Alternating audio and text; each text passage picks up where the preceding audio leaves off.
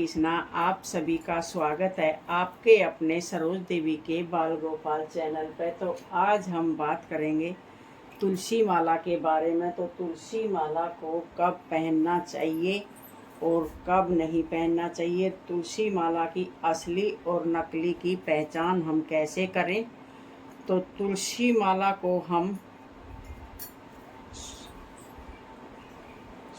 माला को हम एकादशी के दिन भी धारण कर सकते हैं और प्रदोष काल में हम किसी भी दिन धारण कर सकते हैं। प्रदोष काल में धारण करने से बहुत ज़्यादा शुभ माना जाता है और एकादशी के दिन भी हम धारण कर सकते हैं। एक संडे को छोड़ के हम तुलसी माला कभी भी धारण कर सकते हैं और तुलसी माला पहनने का कोई नियम नहीं होता है। और तुलसी माला को हम कैसे पहचाने, असली और नकली को। तो हम असली और नकली को तुलसी माला कैसे पहचाने। तो तुलसी माला हम कैसे पहचाने। तो तुलसी माला की पहचान के लिए हम एक कटोरी में हम पानी ले लेंगे। पानी लेने के बाद हम उसको तुलसी माला को डबो के रखेंगे। अगर जो नकली तुलसी माला होगी तो वो कलर छोड़ेगी और पानी के अंदर डूब जाएगी, और नकली तुलसी माला होगी तो वो कलर छोड़ेगी और पानी के अंदर डूब जाएगी। और असली तुलसी माला होगी तो वो ना कलर छोड़ेगी और ना ही वो पानी के अंदर डूबेगी। तो हम तुलसी माला की इस तरीके से पहचान कर सकते हैं और तुलसी माला के कोई नियम नहीं होते हैं। आपको तुलसी माला आपने एक बार धारण कर लिया तो उसको उतारना नहीं चाहिए। और श्रावण सुद तक हो जाती है, मान लो श्रावण सुद तक हो गई है तो हम उतार रहे हैं तो गंगा जल में धो के उसको हम दोबारा धारण कर सकते हैं। तो ऐसे तुलसी माला के हमारे कोई नियम नहीं होते हैं। तो अभी हम बात कर लेते हैं तुलसी माला के नियम क्या होते हैं। तो देखो, तुलसी माला के कोई नियम नहीं होते हैं। मानो तो कुछ नियम होते नहीं हैं और मानो तो बहुत कुछ नियम होते हैं।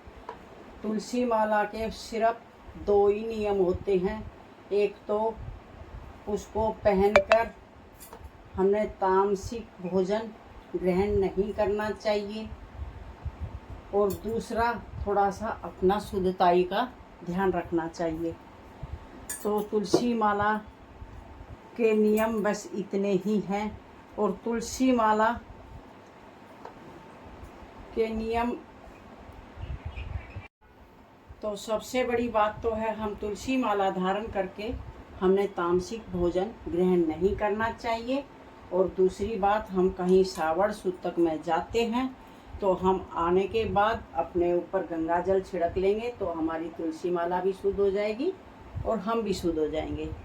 तो अगर जो आप लहसुन प्याज खाते हैं और आपके परिवार में लहसुन प्याज बनता है तो कोई बुराई भी नहीं है, क्योंकि मेरे ठाकुर जी ये नहीं कहते हैं कि लहसुन प्याज कोई मांस मदिरा में नहीं आता है। लहसुन प्याज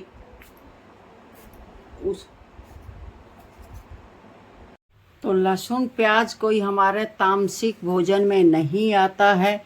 लहसुन प्याज का भोग हमारे ठाकुर जी को इसलिए नहीं लगता है क्योंकि वो एक दानव की छूटन है।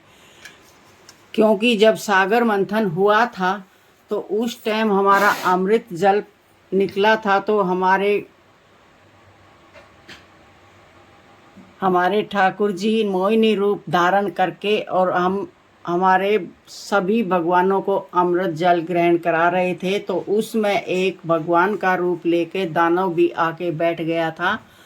तो इसलिए जब हमारे ठाकुर जी को पता चला कि ये दानव है, ये धोखे से हमारा अमृत जल पी रहा है, तो उन्होंने अपने सुदर्शन से उनकी गर्दन सर से धड़ से अलग कर दी थी। तो उस टाइम उनके खून की बूंद से हमारे लहसुन, एक से लहसुन और एक से प्याज उत्पन्न हुआ था, इसलिए हमारे ठाकुर जी को लहसुन प्याज का भोग नहीं लगता है। अगर जो हम कहीं ऐसी जगह हैं कि हमारे को कोई मतलब बिना लहसुन प्याज का भोजन नहीं मिल रहा है, तो हम ऐसी फंसी हुई जगह पे हम अपना बिना लहसुन प्याज का भोग हम ग्रहण कर सकते हैं, लेकिन हम अपने ठाकुर जी को नहीं दे सकते। ये नहीं है कि ये तामसिक भोजन है इसलिए नहीं दे सकते हैं, कि ये एक दानव की झूठन है इसलिए हम अपने ठाकुर जी को नहीं दे सकते हैं। तो वीडियो अच्छी लगे तो लाइक करना, शेयर करना, सब्सक्राइब करना। फिर मिलते हैं एक और नेक्स्ट वीडियो में। राधे राधे, जय श्री कृष्णा।